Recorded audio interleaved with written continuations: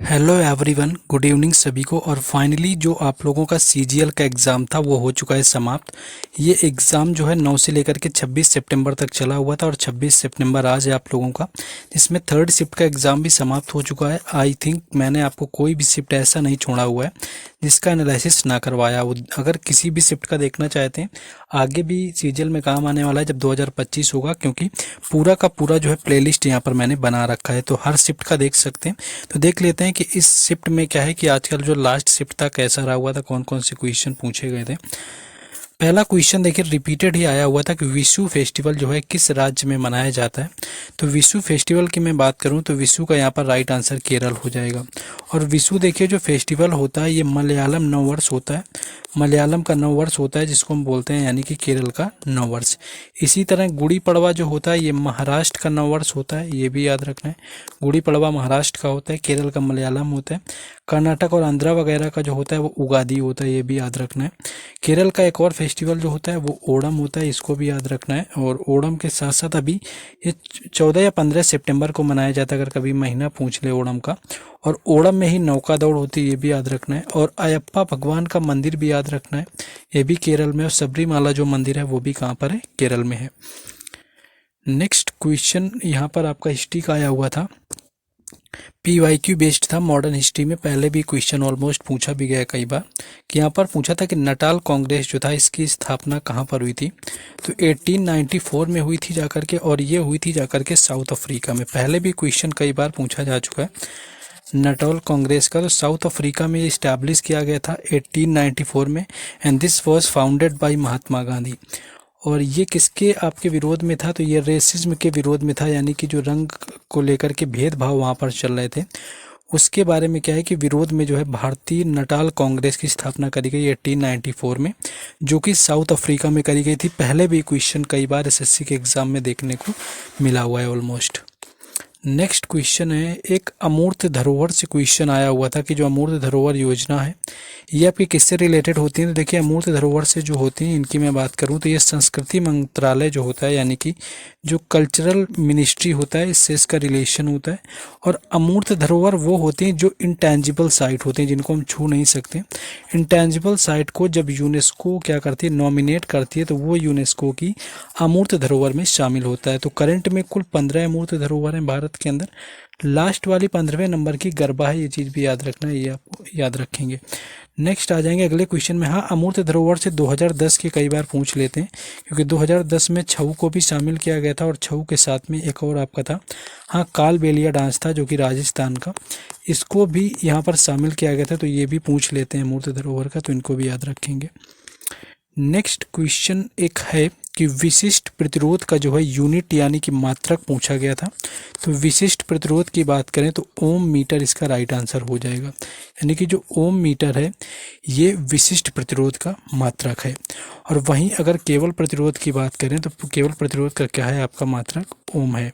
तो ओम केवल अगर प्रतिरोध की बात करी जाए तो ओम होता है, लेकिन विशिष्ट प्रतिरोध की बात करें तो ये ओम मीटर होता है। ये क्वेश्चन अगर इंटरमीडिएट थोड़ा भी सही से पढ़ा होगा 12th वगैरह, तो ये क्वेश्चन कोई वैसा पढ़ने लायक था भी नहीं।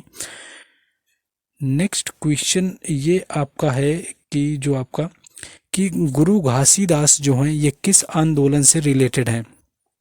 तो सतनामी आंदोलन इसका राइट आंसर हो जाएगा, यानी कि जो सतनामी आंदोलन था इससे रिलेशन है किसका, गुरु घासीदास का। और गुरु घासीदास के बारे में ऑलरेडी अगर कभी ने पढ़ा हो तो 2022 में एक टाइगर रिजर्व बनाया गया था गुरु घासीदास टाइगर रिजर्व के नाम से, जो कि कहाँ पर था, तो ये छत्तीसगढ़ में था। तो ये तो ऑलरेडी पता हो जाता है कि जो सतनामी आंदोलन था ये कहाँ से रिलेट करता है, तो ये छत्तीसगढ़ से था। एंड इसका जो टाइम पीरियड था वो 1820 यानी कि 1820 में ये हुआ था। 1820 में होता है सतनामी आंदोलन, जो कि छत्तीसगढ़ में हेल्ड हुआ था। और इसको जो होल्ड लीड किया हुआ था ये कौन थे, ये थे गुरु घासीदास। और इन्हीं के नाम पर जो है टाइगर रिजर्व भी छत्तीसगढ़ के अंदर बनाया गया है ऑलमोस्ट। नेक्स्ट देखेंगे हम लोग। नेक्स्ट एक क्वेश्चन आपका यहाँ पर पुष्यभूत डायनेस्टी से था कि यानी कि जो पुष्यभूति वंश था, और पुष्यभूति जो वंश था इसी को वर्धन डायनेस्टी भी बोलते हैं, यानी कि इसी को क्या हम बोलते हैं, वर्धन वंश भी इसी को बोला जाता है ऑलमोस्ट। और ये किसके बाद आया हुआ था, तो एक्चुअली जब गुप्त वंश चल रहा हुआ था, यानी कि जब गुप्ता पीरियड चल रहा हुआ था, उसके समाप्त होने के बाद क्या होता है, पुष्यभूति वंश शुरू होता है गुप्ता पीरियड के बाद में। और इसके जो हेल्ड के यानी कि फाउंडर थे वो थे प्रभाकर वर्धन। और प्रभाकर वर्धन के बारे में तो थोड़ा बहुत ही जानकारी मिलती है। इसके जो मेन जो थे इनके बेटे, एक तो थे राज्यवर्धन जो कि कम टाइम के लिए बने हुए थे शासक, उसके बाद थे हर्षवर्धन। तो मोस्टली अगर पुष्यभूति की बात करें तो हर्षवर्धन के बारे में हिस्ट्री में पढ़ने को मेरे में मिलता है, इनकी बुक भी पूछी जाती है, इनके कोड पोइट वगैरह भी पूछे जाते हैं हर्षवर्धन के। तो जो वर्धन वंश था पुष्यभूति, ये गुप्त वंश के बाद में आया हुआ था, तो ये चीज़ याद रखेंगे। नेक्स्ट है आगे क्वेश्चन, हाँ ई गोपाल पूछा गया था। तो ई गोपाल जो है किसने शुरू किया हुआ था, तो एनडीडीबी, यानी कि एनडीडीबी मतलब आपका जो नेशनल आपका डेवलपमेंट डेयरी आपका बोर्ड है, इसने शुरुआत करी हुई थी ई गोपाला की। और पीएम जो नरेंद्र मोदी थे इन्होंने क्या किया हुआ था, इसको इनॉग्रेट किया हुआ था।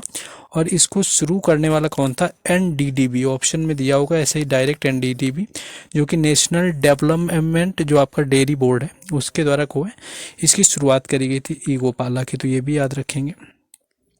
देखिए फर्दर अपडेट आगे जो मिलेंगे उसके लिए सभी को क्या करना है कि टेलीग्राम से जुड़ना है, टेलीग्राम चैनल से। उसके साथ साथ व्हाट्सएप चैनल से भी ऐड हो सकते हैं, क्योंकि बाकी सारी अपडेट भी उससे रिलेटेड मिलेंगी। और उसके साथ साथ हम लोग क्या देख सकते हैं, अपडेट के साथ में आगे भी कट ऑफ वगैरह का वीडियो होगा, जो आगे एमटीएस के एग्ज़ाम होंगे तो आगे और भी जो क्लासेस होंगी वो टाइम से मिलती रहेंगी। तो पंडित राम नारायण की बात करें कि पंडित राम नारायण जो थे वो किस वाद्य यंत्र से रिलेटेड थे, तो इनकी मैं बात करूं तो ये जो रिलेटेड थे वो थे सारंगी से। तो पंडित राम नारायण का जो रिलेशन था वो किससे था, जाकर के सारंगी से था। तो सारंगी से रिलेट करते थे। ये भी रिपीटेड क्वेश्चन ही पूछा गया था, पहले भी क्वेश्चन आ चुका है।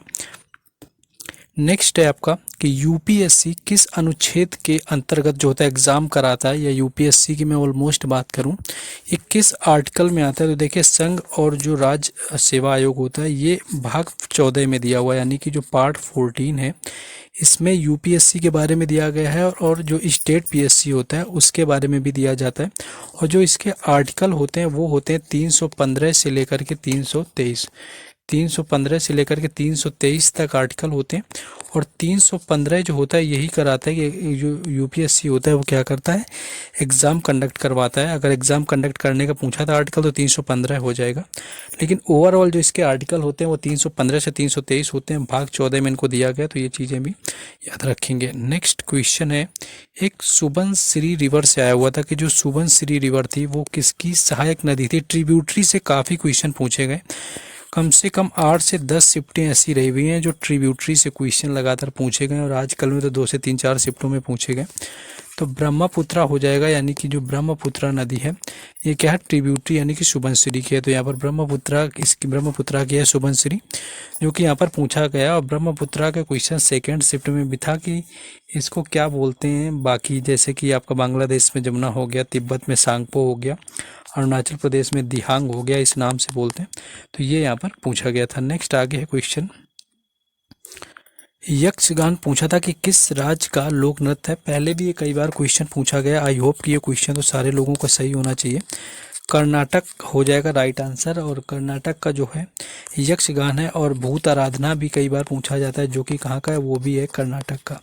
तो भूत आराधना हो गया और यक्षगान हो गया, ये सारे के सारे कहाँ से हैं, कर्नाटक से हैं। तो ये भी क्वेश्चन आपका रिपीटेड ही पूछा गया। अभिनव बिंद्रा से क्वेश्चन था कि अभिनव बिंद्रा ने किस ओलंपिक में गोल्ड जीता हुआ था। तो 2008 का ये ओलंपिक था। और ये जो ओलंपिक हुआ था ये कहाँ पर हुआ था, तो ये ओलंपिक बीजिंग में हुआ था। तो 2008 का बीजिंग ओलंपिक था, जहाँ पर अभिनव बिंद्रा ने गोल्ड जीता हुआ था, और ये जीता हुआ था शूटिंग के अंदर। और एक इन्होंने बुक लिखी हुई थी, तो वो था अ शॉट एट हिस्ट्री। एक इनकी ऑटोबायोग्राफी भी कई बार आ जाती है, अ शॉट एट हिस्ट्री जो इनकी बुक है वो भी इसमें आई हुई थी आपकी। ये भी याद रखना है 2008 के बीजिंग ओलंपिक में। तो ये भी पूछी जा चुकी है ऑलमोस्ट पहले। एक हाँ ये आपका है कि BVR सुब्रमण्यम पूछे गए थे वर्तमान में क्या है, तो नीति आयोग के क्या है CEO ये बनाए गए थे 2023 में। तो नीति आयोग के जो CEO हैं ये BVR सुब्रमण्यम है। और इससे ये याद रखना है कि नीति आयोग 2015 में इसकी शुरुआत हुई थी यानी कि, और ये आया हुआ था योजना आयोग की जगह में, क्योंकि योजना आयोग जो था वो 1950 के समय पर आया हुआ था। प्रधानमंत्री जो होते हैं इसके अध्यक्ष होते हैं, और पहला जो योजना आयोग था उसके अध्यक्ष प्रधानमंत्री यानी पंडित जवाहरलाल नेहरू थे, और उपाध्यक्ष कई बार पूछा जाता है जो कि गुलजारी लाल नंदा थे। तो फाइनली यहाँ पर एग्ज़ाम हो चुका है CGL का ओवर। आगे अब 30 सितंबर से क्या है कि एग्ज़ाम शुरू होगा किसका, वो शुरू होने वाला है 30 सितंबर से आपका MTS का, उसका भी एनालिसिस करेंगे। बाकी इसका कट ऑफ वीडियो भी देखेंगे किस तरह से कितना कितना जा सकता है ऑलमोस्ट इस बार। और बाकी अपडेट के लिए टेलीग्राम चैनल और व्हाट्सएप ग्रुप से सबको जुड़ कर रहना है। बाकी मिलते हैं कल नेक्स्ट वीडियो में। जय हिंद।